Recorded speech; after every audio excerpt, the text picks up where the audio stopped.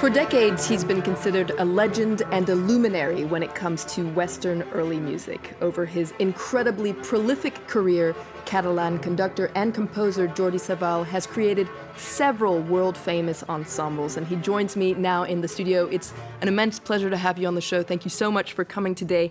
Now, what's interesting is most people know you for your repertoire of medieval, Renaissance, and Baroque music, but you also like to venture into classical and romantic periods. For instance, with your ensemble, Le Concert des Nations, you're currently tackling all 9 of Beethoven's symphonies, performing them over a 2-year period, including here in Paris. What inspired you to do this colossal project? Well, first, we are playing Beethoven with the original instruments. Okay. And it is a continuity from the Baroque, then we have also from the Haydn and Mozart period. And what we are preparing, all the symphonies with exactly the instruments corresponding at the time of Beethoven. The same also formation that's the orchestra. It's about around 55 musicians, exactly what it was in the time. We use violins with gut strings. Okay. We use natural trumpets, natural horns, and also the wood instruments, the flutes, the oboes, the bassoons, that are in wood. Today, these instruments are metal. They have a lot of keys, and it's very different. So this is the way people would have heard it at the time. Yeah, exactly. The colors are more rich. We use also the indications, the tempo indications from Beethoven himself, metronome indications, which gives very exactly what tempo is for each movement. We have explored also not only the autograph manuscripts from Beethoven, but also we have checked different material from the first executions. Oh, wow. Indications in the violin parts, in the flute parts, which are indicating things that are not in the score, they are interesting to give. You're performing this with your ensemble that's called the Concert des Nations, which is celebrating its 30th anniversary this year. What drove you to create this ensemble, and did you think it was going to last this long? I have to say before, the Concert des Nations is existing 30 years, but we have very young people also coming in addition. So it's renewing itself all the time. And in this project, we have organized what we call Beethoven Academy 250, which incorporate in the group about 20 young professionals from the whole world. There's French people, German people, Polish people, Japanese, American players, very young and very good musicians we have selected.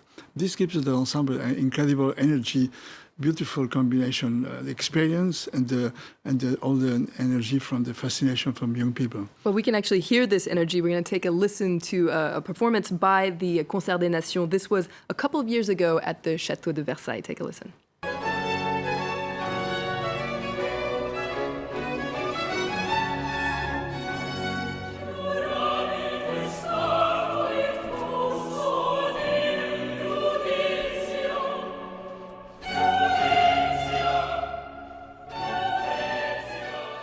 Now, you're known for being one of the biggest defenders of early music. What do you find so attractive about medieval music, and why is it important to keep it alive for a wide audience, and especially a young audience?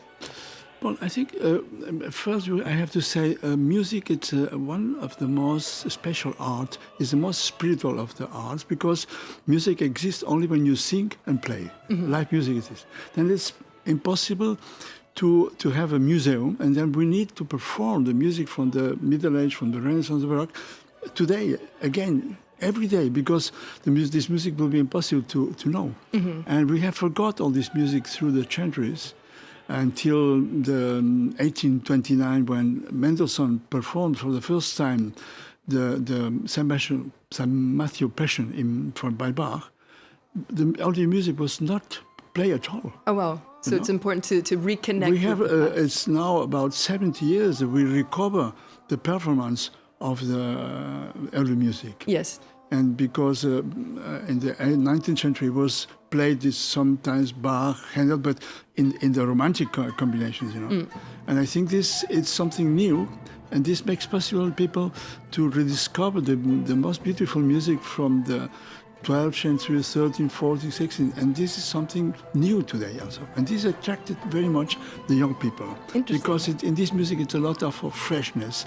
It's everything is new, the tempis, the improvisation, what we see now, it's working with my refugees project. That's right. I wanted to come to this because there's kind of a political aspect to your work as a composer, but also as a maître de. Yeah, I would say more political, humanitarian. Because so this project, you in 2016 you went to the Jungle, which is a refugee camp in northern France near Calais. Yes, in Calais, yeah. And you performed with refugees, yes. Musicians in this camp, and then out of this was a European music project was yes. created called Orpheus 21. Tell us more about this project and its aim. This project is very simple. We have selected from all the refugees that are in Europe the best, around 30 musicians from very different origins, from Syria, from Afghanistan, from Sudan. And we have created a master class to make them playing together, to learn also to play the medieval European music. And then we have worked with children and prepare programs to make these people know in the festivals. And now it's the association of it's have independency life, and they start to be engaged to go to festivals. And these people have changed his life totally. That's incredible. They are now they are existing as a human persons and because they are good musicians. So there's communication across cultures, and what's interesting is as the world becomes more global, there's also a movement to protect what's local. And this is the subject of a special encore show that you can watch this weekend, where we will take you to Canada to meet some of the artists leading an indigenous renaissance. Now, for centuries, Canadian authorities sought to subjugate and effectively erase indigenous cultures, something that until recently was absent from history books. Now, in 2015, a Truth and Reconciliation Commission declared that what happened was a cultural genocide. And since then, there has been a movement, a decolonization movement, bringing Canada closer to a reconciliation with its past. And the poster boy for this movement is a classically trained opera tenor named Jeremy Dutcher. Now, he's won the Polaris Prize, which is Canada's biggest music award, and France 24's Eve Jackson met him at one of his concerts on Prince Edward Island. His whole album is sung in his First Nations language, which is Wolastoqey. It's one of Canada's 70 Indigenous languages. Take a listen. We don't have any schools here in this country that are dedicated to our language. I hope to see that change in my lifetime. Our language is at a very precarious place. We have less than 100 fluent speakers left.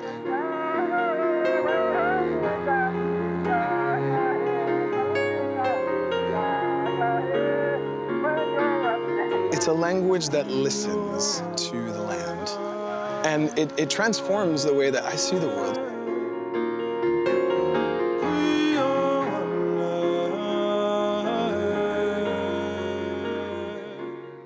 So it's interesting they're trying to keep local languages alive. You have been very vocal about your support for independence in Catalonia. How important is it to keep the culture and language alive there for you?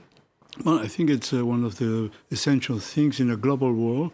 I think to keep the connections with your family, with your origins, it's very important. And especially when your language represented also a very old culture. You know, and I think, but I'm not only interested in my culture, but I was also talking about this. We have done last year's project about the slaves, the root of the slaves. We had bring together the music from the colonial Spain with the music from the Africans, from the Brazilians, from the Mexicans, from the slaves, and bringing this together as a dialogue. And you discover also like this genocide from the Indians. We are Europe. We have slaves, millions of people, and this continues today in a certain way with a very injustice situation for these people. So it's important to remember that through music I think and culture. And I think for me as a Catalan, what is important is the independence. It's something important, but the most important thing is to be able to exist as a language, as a culture, to be visible. you know. And then this is a situation today very difficult because we are in a country which the constitution was a result of the end of the dictator of Franco, and we don't have really a situation which is in perfect balance between the Spanish culture and the Catalan culture. When the Spanish government just sentenced politicians and activists who took part in the 2017 referendum for independence, what's your reaction to that? I think it's a very injustice, this situation, because the arguments, I was in the votation of this referendum, and the police attack the people in a brutal way. We was very, the Catalan independence movement was always very pacific, never aggressive. Now, I'm afraid that's all we have time for, and we're going to leave you with a new track from that artist we just listened to, Jeremy Duchess. It's hot off the press. It's called Me Sinut, and it features another one of our guests in the Canada show, Indigenous filmmaker Alanis Obom-Sawen. Before we go, I want to thank our guest, Jordi Savall. Thank you so much for being on the show today. Remember that you can always check out more arts and culture news on our website and stay in touch on social media. Stay tuned to France 24. More news coming up right after this.